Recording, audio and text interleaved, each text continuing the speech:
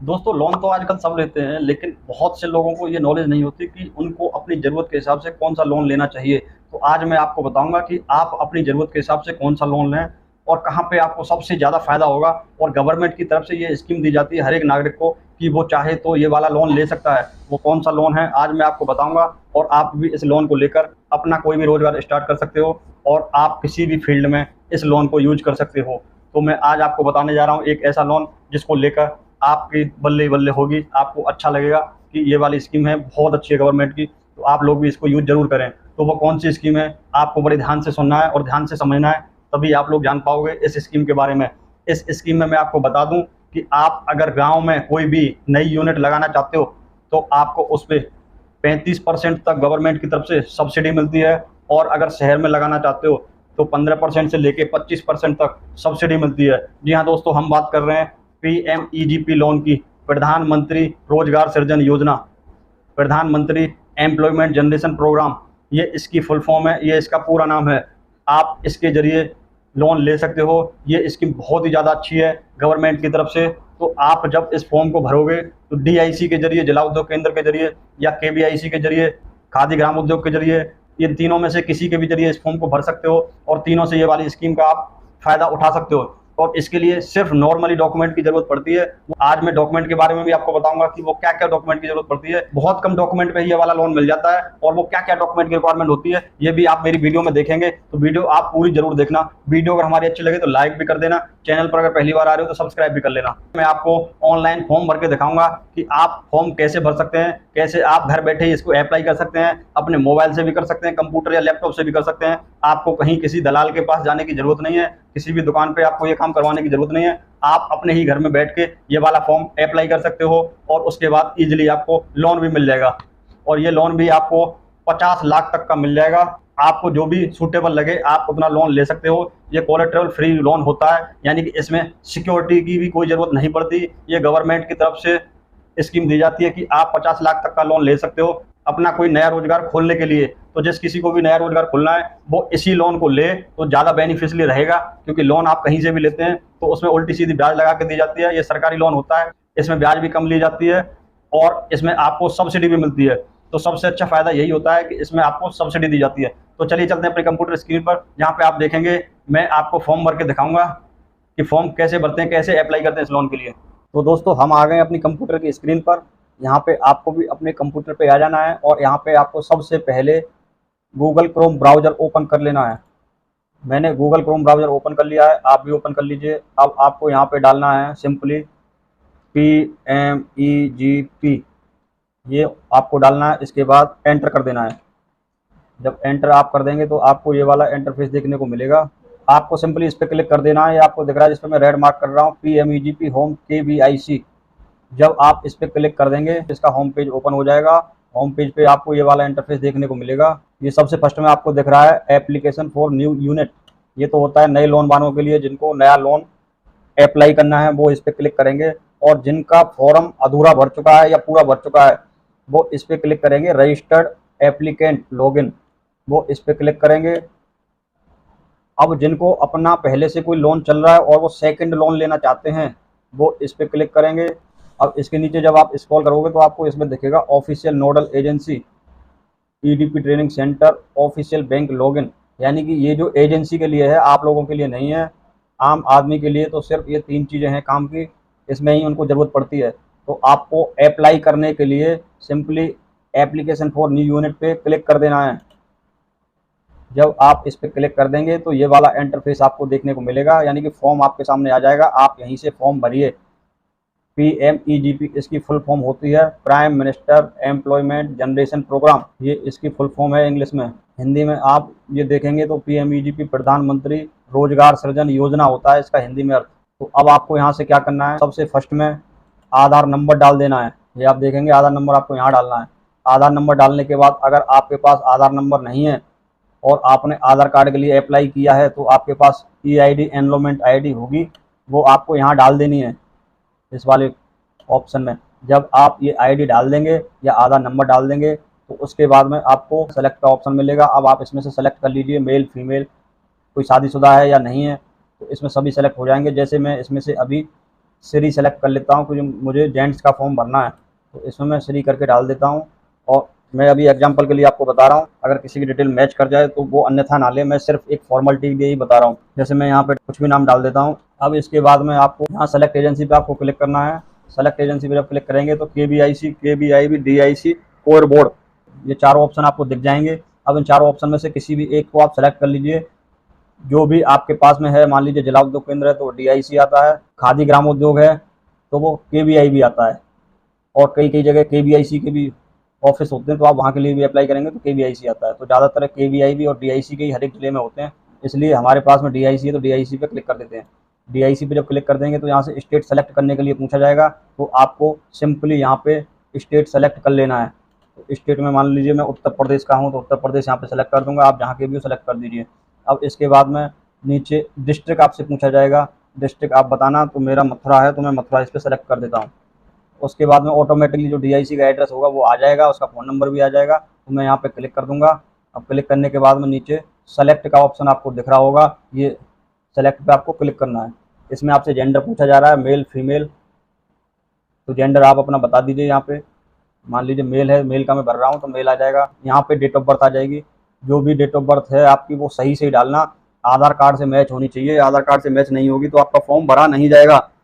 इसलिए आपका mobile number, आपकी डेट ऑफ बर्थ, आपका नाम, आपका जेंडर, ये सभी चीज़ें आधार कार्ड से मैच होनी चाहिए, तभी ये फॉर्म भर सकते हो आप लोग, नहीं तो आप फॉर्म नहीं भर पाओगे। मान लीजिए मैं यहाँ पे कोई भी डेट ऑफ बर्थ डाल देता हूँ, ये डेट ऑफ बर्थ मैंने डाल दी है। इसके बाद में सोशल कैटेगरी, अगर जनरल हो तो जनरल पे क्लिक करना है, OBC हो तो OBC पे क्लिक करना है, शेड्यूल कास्ट हो तो शेड्यूल पे, और शेड्यूल ट्राइब है तो इस पर क्लिक करना है आपको, माइनॉरिटी हो तो इस पर क्लिक करना है। यानी कि जो भी आप भरना चाहते हो, जो भी आपकी कास्ट है वो इसमें दी गई है, आप उस पर क्लिक कर सकते हो। स्पेशल में अगर कुछ आता है, मान लीजिए आपको कोई फिजिकली प्रॉब्लम है कुछ भी, तो आप इसमें से सेलेक्ट कर सकते हो। इसके बाद में आपसे पूछी जाती है कि आपकी क्वालिफिकेशन क्या है, तो आपको इस पर सेलेक्ट करना है, इस पर आपको बता देनी है आपकी क्वालिफिकेशन। अंडर 8 से लेके आप कोई भी आपने पढ़ाई कर रखी हो सभी लोग भर सकते हैं। यानी कि अगर कोई 5 भी पढ़ा है तो वो भी फॉर्म भर सकता है, कोई दिक्कत नहीं है। कोई 2 भी पढ़ा है तो वो भी फॉर्म भर सकता है, कोई प्रॉब्लम नहीं है। तो अंडर 8 में सभी आ जाएंगे, 8 से नीचे नीचे के। और अंडर 8 के बाद आप किसी को भी सिलेक्ट कर सकते हो, 8, 10th, 12th। मैं तो आपको यही सजेस्ट करूँगा कि आप ज़्यादा से ज़्यादा 10th का ही इसमें ऑप्शन चुनें, क्योंकि 10th की मार्कशीट या 12th की मार्कशीट की ही ज़रूरत पड़ती है। अंडर 8 में कोई मार्कशीट की ज़रूरत नहीं पड़ती है। इसके बाद में आपसे कम्युनिकेशन एड्रेस पत्राचार हेतु पता आपसे पूछा जाएगा, तो आप यहाँ पे अपना एड्रेस डाल दें। जो भी आपका एड्रेस हो वो सही सही डालें, आधार कार्ड से मैच करता हो। अब मान लीजिए मैं यहाँ पे कोई भी एक एड्रेस डाल देता हूँ, आपका जो भी हो आप वही डालना, सही सही एड्रेस।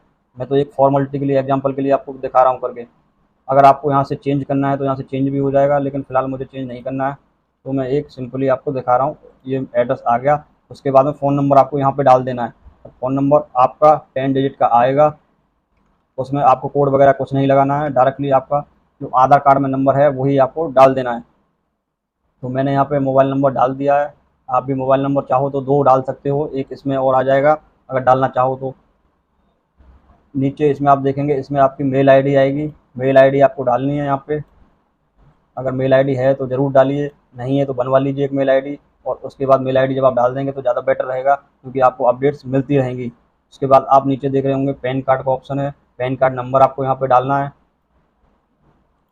पैन कार्ड नंबर जब आप यहाँ पे डाल देंगे, मैंने पैन नंबर यहाँ पे डाल दिया। मान लीजिए एक वर्ड आ रहा है और एक वर्ड और आएगा, वो मैं नहीं डाल रहा है क्योंकि पता नहीं किसी का मैच कर जाएगा तो प्रॉब्लम होगी। आपको यहाँ पे अपना सही से पैन नंबर डाल देना है, अपने पैन नंबर में जो डाला होगा वही आपको डालना है। उसके बाद आपको सेलेक्ट यूनिट पे क्लिक करना है।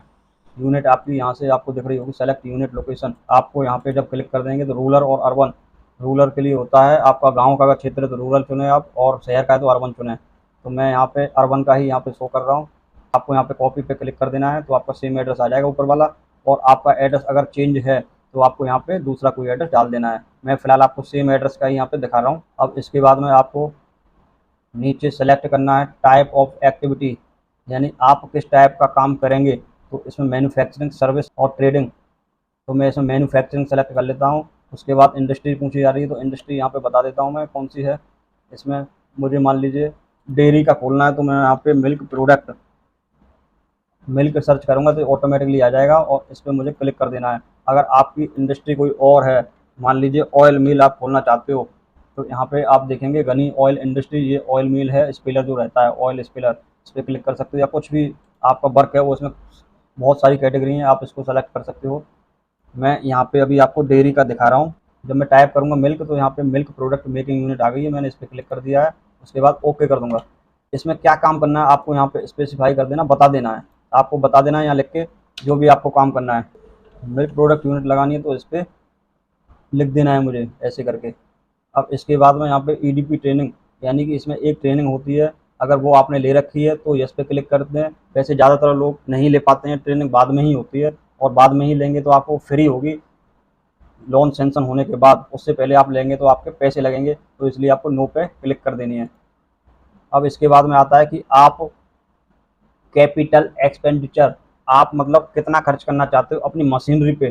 तो इस पे सीई जो रहता है पूंजीगत व्यय, इसको मशीनरी बोलते हैं। आपको अगर 10 लाख का लोन चाहिए तो उसमें से मशीनरी जो आएगी आपकी, मान लीजिए 60% 40% का रेशियो होता है इसमें, तो 6 लाख रुपए की आपकी मशीनरी आएगी।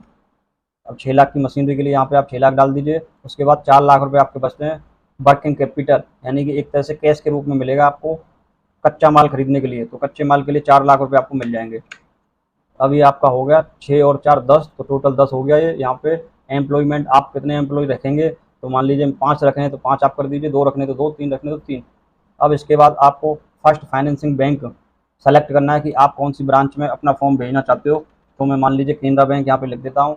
अब इसको सेलेक्ट करना है तो सेलेक्ट भी मैं यहाँ पे कर लेता हूँ कि मुझे केनरा बैंक में भेजना है। अब ये मैंने सर्च कर लिया है तो ये आ गई है ब्रांच। अब मैं इसको सेलेक्ट कर लूँगा तो ये पूरी डिटेल आ जाएगी ब्रांच की। तो ब्रांच की पूरी डिटेल यहाँ पे आ गई है। अब इसको चाहो तो आप एक ही रहने दो। मान लीजिए किसी वजह से इस ब्रांच ने आपका लोन अगर रिजेक्ट कर दिया तो आपको दूसरी ब्रांच में भेजने का ऑप्शन भी मिलता है। आप यहाँ से दूसरी ब्रांच सेलेक्ट करके उसको भी भेज सकते हो, कोई प्रॉब्लम नहीं है। अब दूसरी ब्रांच सेलेक्ट करनी है तो आप यहाँ पे सेम वही नाम यूज कर लीजिए जिस ब्रांच में आपको भेजना है। मान लीजिए SBI में कर लेता हूँ, इसमें स्टेट बैंक ऑफ इंडिया, मैं कोई भी एक दिखा दे रहा हूँ मान लीजिए इसमें ऑप्शन के लिए, तो ऑटोमेटिकली ये भर के आ जाएगी यहाँ पे। अब उसके बाद में आपको पूछा जा रहा है कि CGTMSE का लाभ उठाना चाहते हो, बॉन्ड टू एबल CGTMSE, तो आप इसमें यस कर दीजिए। यस, जब आप यस कर देंगे तो उसके नीचे फिर आपसे पूछा जाएगा आपने PMEGP के बारे में कहाँ से सुना। तो आपने जहाँ से भी सुना हो आप बता देना। इसमें काफ़ी सारे लिखा होता है कि कोई किसी के मुंह से सुना है हमने, या अवेयरनेस कैंप चल रहा था वहाँ से सुना है, या KVIC एजेंसी के जरिए सुना है, या न्यूज़पेपर के एडवर्टाइजमेंट के जरिए, या रेडियो के, या टेलीविजन के, या इंटरनेट के, सोशल मीडिया के, या किसी से भी आपने सुना है तो आप यहाँ पे डाल सकते हो। ज़्यादातर मैं तो वर्ड ऑफ माउथ ही करता हूँ कि किसी के मुंह से सुना है। अब आपको यहाँ पे सेव कर देना है। ये आप सेव कर देंगे तो एक ID पासवर्ड जनरेट होगा, वो आपको मिल जाएगा। आपको उसको ज़रूर ध्यान से लिख लेना है, या उसकी फ़ोटो रख लेनी है, या कुछ भी आपको रखना है प्रूफ के तौर पे ज़रूर रख लेना है, क्योंकि वो आपकी ज़रूरत पड़ती रहेगी उसकी आगे भी आपको। अब फॉर्म भरने के बाद में आपको क्या करना है, यहाँ पे अपलोड का ऑप्शन आता है, आपको अपलोड पे चले जाना है और यहाँ पे अपने डॉक्यूमेंट आपको अपलोड करने हैं। तो यहाँ पे आपको अपलोड का ऑप्शन मिलेगा, जैसे अभी यहाँ पे व्यू का ऑप्शन आपको देखने को मिल रहा है, यहाँ पे अपलोड का ऑप्शन मिलेगा। सबसे फर्स्ट में पासपोर्ट साइज आपका चाहिए होगा। उसके बाद में प्रोजेक्ट प्रोफाइल समरी यानी प्रोजेक्ट रिपोर्ट आपसे चाहिए होगी। आप इस प्रोजेक्ट रिपोर्ट को किसी CA के जरिए बनवा लें तो वो ज़्यादा अच्छी रहेगी। अब इसमें कास्ट सर्टिफिकेट भी आपसे चाहिए होगा। अगर आप किसी भी अदर कास्ट से हैं, यानी जनरल के अलावा OBC है, या कोई भी शेड्यूल कास्ट से हैं, या किसी से हैं, तो आपका एक कास्ट का सर्टिफिकेट भी आपको देना पड़ेगा। अब उसके बाद में आपका आधार कार्ड चाहिए होगा। आधार कार्ड के अलावा अगर आप किसी गाँव के लिए फॉर्म भरते हैं तो आपको रूरल एरिया सर्टिफिकेट भी चाहिए होगा, जो प्रधान का लेटर बोलते हैं। वो प्रधान उस पर लिख के देता है कि हमारे गाँव की आबादी लगभग इतनी है, जितनी भी आपके गाँव की आबादी होगी, जहाँ भी आप यूनिट लगाना चाहते हैं उस आबादी को भर के दे देगा वो आपको, और उस पर लिख के दे देगा कि मैं इनको भली बात जानता हूँ, ये अपना यहाँ पे काम करना चाहते हैं, मुझे कोई आपत्ति नहीं है, इनके गाँव की आबादी लगभग इतनी है। जितनी भी आबादी होगी तो आपको उस हिसाब से फॉर्म भरवा लेना है एक प्रधान के लेटर पे, और अपना फ़ोटो लगवा के अटैच करवा लेना है, मोहर लगवा लेनी है प्रधान की। उसके बाद ही आपका प्रधान का लेटर माना जाएगा। अब इससे नीचे, सबसे नीचे आप देख रहे हैं यहाँ पे हाईएस्ट एजुकेशनल टेक्निकल सर्टिफिकेट, यानी कि आपकी मार्कशीट जो भी आप लगा रहे हो वो वाली आप यहाँ पे डाल दीजिएगा। 10th की है तो 10th की, 8th की है तो 8th की, जो भी आपकी है आप इसमें डाल सकते हैं। ये कंप्लीट हो जाने के बाद में आपको एक स्कोर कार्ड यहाँ पे दिखेगा, स्कोर कार्ड पे आपको क्लिक कर देना है। जब स्कोर कार्ड पे क्लिक कर देंगे तो ये ऑप्शन आपसे पूछे जाएंगे। आपकी एज ऑटोमेटिकली भरी हुई आ जाएगी। नंबर और डिपेंडेंसी, आपके परिवार में कितने लोग हैं जो आपके ऊपर डिपेंड हैं, आपको यहाँ पे डाल देना है। 3 से ज़्यादा है या 3 से कम है, इस पर क्लिक कर देना आपको। घर आपका खुद का है या माता पिताजी का है तो यहाँ पे आ जाएगा, क्लिक कर देना आप। रेजिडेंसिंग एट सेम एड्रेस लोकेशन, तो आप यहाँ से कितने दिन से सेम एड्रेस पे रह रहे हो, आप ये भी बता सकते हो, 5 साल से या ज़्यादा साल से या कम साल से। आपकी क्वालिफिकेशन ऑटोमेटिकली आ जाएगी। इसके बाद experience in the line of trade, आपको इस काम का कितने साल का एक्सपीरियंस है। अगर नहीं है तो नील पे क्लिक कर देना, बाकी है तो इन सब पे किसी में से एक पे क्लिक कर देना। अब इसके नीचे आप देखोगे any other source of income including family, आपकी फैमिली की कोई भी और इनकम है या नहीं है, तो आप यस पे क्लिक कर देना। अगर है तो नहीं है तो नो पे क्लिक कर देना। आप इनकम टैक्स भरते हो या नहीं भरते हो तो यस पे, नहीं तो नो पे क्लिक कर देना। इसके नीचे हैविंग लाइफ इंश्योरेंस पॉलिसी, आपकी कोई पॉलिसी है, इंश्योरेंस पॉलिसी अगर है तो वो कितनी है, 1 है 2 है 4 है, जितनी भी आप इसमें डाल दीजिएगा। नहीं है तो नो पे क्लिक कर देना। आप जिस बैंक से आप लोन ले रहे हो उस बैंक में relationship with leading bank, opening date of bank account, आपका अगर अकाउंट नया है तो न्यू पे क्लिक कर देना, ऑलरेडी है तो ऑलरेडी पे क्लिक कर देना और यहाँ पे अपनी डेट डाल देना जब से आपने अकाउंट ओपन कराया है। इसके बाद में आपका क्रेडिट हिस्ट्री कैसी है आपकी, very good, satisfactory, no history, कोई हिस्ट्री नहीं, लोन नहीं लिया तो इनमें से जो भी आपकी है उस पर सेलेक्ट कर देना है। उसके बाद आता है location advantage ability, infrastructure, raw material, labour, proximity to markets, तो आपको यस कर देना है कि जो आपकी लोकेशन है वो मार्केट के नज़दीक है, वहाँ पे सब कुछ अवेलेबल है, रॉ मटेरियल भी मिल जाता है, लेबर भी मिल जाती है, मार्केट के पास में भी है। स्किल सर्टिफिकेशन कोर्स, आपने अगर इनमें से कोई कंप्यूटर कोर्स वगैरह कर रखा है तो इस पर क्लिक कर देना, नहीं तो नो पर क्लिक कर देना। इसके बाद में आता है marketing types for sale of product, अगर आपके कोई मार्केट में टाइप हैं, आप सेल करते हो कोई प्रोडक्ट या पहले से कोई टाइप हैं तो यस कर दीजिएगा, नहीं तो नो कर दीजिएगा। Line of activity, applicant line of manufacturing, ये तो ऑटोमेटिकली सेलेक्ट होकर आ जाएगी। Registered with government authorise by GST, अगर आपने जीएसटी वगैरह ले रखी है तो आप यस पे क्लिक कर देना, नहीं तो नो पे क्लिक कर देना। रीपेमेंट पीरियड, आप रीपेमेंट कब तक बैक कर दोगे बैंक को, 5 साल के अंदर या 5 साल से ज़्यादा, वो आप इस पर क्लिक कर देना। एम्प्लॉयमेंट जनरेशन, आप कितने लोगों को रोजगार दोगे, 3 4 5 जितने भी आपने डाले होंगे वो ऑटोमेटिकली यहाँ पे सेलेक्ट होकर आ जाएंगे। अब इसमें आ रहा है एवरेज DSCR, तो इसमें आपका एवरेज जो रहेगा वो CA की रिपोर्ट के अनुसार ही आप इसमें डाल देना। जो CA पे आपने प्रोजेक्ट रिपोर्ट बनवाई है उसमें लिखा हुआ होता है DSCR, तो आप इसमें से वो सेलेक्ट करके डाल दीजिएगा। अब इसमें कोलेटरल सिक्योरिटी कवरेज, कोलेटरल का मतलब होता है कि आप जब लोन ले रहे हो तो कोई अपनी प्रॉपर्टी भी गिरवी रखोगे बैंक में या नहीं, जितनी भी आप रखोगे आप इस पर क्लिक कर सकते हो। अब सबसे नीचे आता है एनी एडिशनल डॉक्यूमेंट, आपको अगर कुछ डॉक्यूमेंट लगाना है तो इसमें अपलोड कर दीजिए, नहीं तो कोई दिक्कत नहीं है, आप यहाँ पे क्लिक कर देंगे। यहाँ पे एक ऑप्शन आ जाएगा सबमिट का, आप सबमिट कर देना, ये ऑलरेडी सबमिट हो चुका है इसलिए ऑप्शन नहीं आ रहा है, तो यहाँ पे ऑप्शन जब आएगा आप उस पर क्लिक कर देना तो आपका सबमिट हो जाएगा। सबमिट होने के बाद में आपको और किसी में कुछ नहीं करना है, ये दोनों चीज़ें आपकी हो चुकी हैं। स्कोर कार्ड आपका हो गया, अपलोडिंग हो गई आपकी, डॉक्यूमेंट आ गए सभी। और EDP पे आप जरूर भर देना, EDP का भी जरूरी होता है। EDP पे जब आप क्लिक करेंगे तो ये वाला इंटरफेस आपको देखने को मिलेगा। अब यहाँ पे आपको यही मेन चीज़ होती है समझने की, जिसमें बहुत सारे लोग गलती कर देते हैं। EDP में आपको ऑनलाइन EDP पे ही क्लिक करनी है, तभी आप ऑनलाइन EDP ट्रेनिंग कर पाओगे। ट्रेनिंग के लिए जब क्लिक करोगे ऑनलाइन EDP पे तो आपको पूछा जाएगा pre EDP before bank sanction या फिर post EDP after bank sanction, तो आपको हमेशा post EDP after bank sanction पे ही क्लिक करनी है, तभी आपकी ट्रेनिंग फ्री हो पाएगी जब आपका लोन सेंशन हो जाएगा बैंक से। अगर आपको पैसों से करानी है तो pre EDP before bank sanction से करवानी पड़ेगी, यहाँ पे आपका खर्चा लगेगा और ये ट्रेनिंग का पैसा लेंगे आपसे। मैं तो यही कहूँगा कि आप पोस्ट EDP पे क्लिक करें ताकि लोन सेंशन होने के बाद आपकी ट्रेनिंग होगी तो बिल्कुल फ्री में होगी। तो दोस्तों आपको बस इतना ही काम करना है, ये फॉर्म आपका भर चुका है, आपको यहाँ से लॉग आउट कर देना है। हमने आपको दिखाया कि आप इस लोन के लिए कैसे अप्लाई कर सकते हो, कौन इसके लिए एलिजिबल रहता है, क्या क्या डॉक्यूमेंट की रिक्वायरमेंट रहती है और कहाँ किस जगह पे ये मिल सकता है। वीडियो अगर हमारी अच्छी लगी हो तो लाइक जरूर कर देना, चैनल पर अगर पहली बार आ रहे हो तो सब्सक्राइब भी कर लेना और बेल आइकन का बटन दबाना मत भूलना, क्योंकि जब भी हम कोई वीडियो डालेंगे सबसे पहले नोटिफिकेशन आपके पास जाएगा और आप हमारी वीडियो को आराम से देखेंगे। नमस्कार दोस्तों।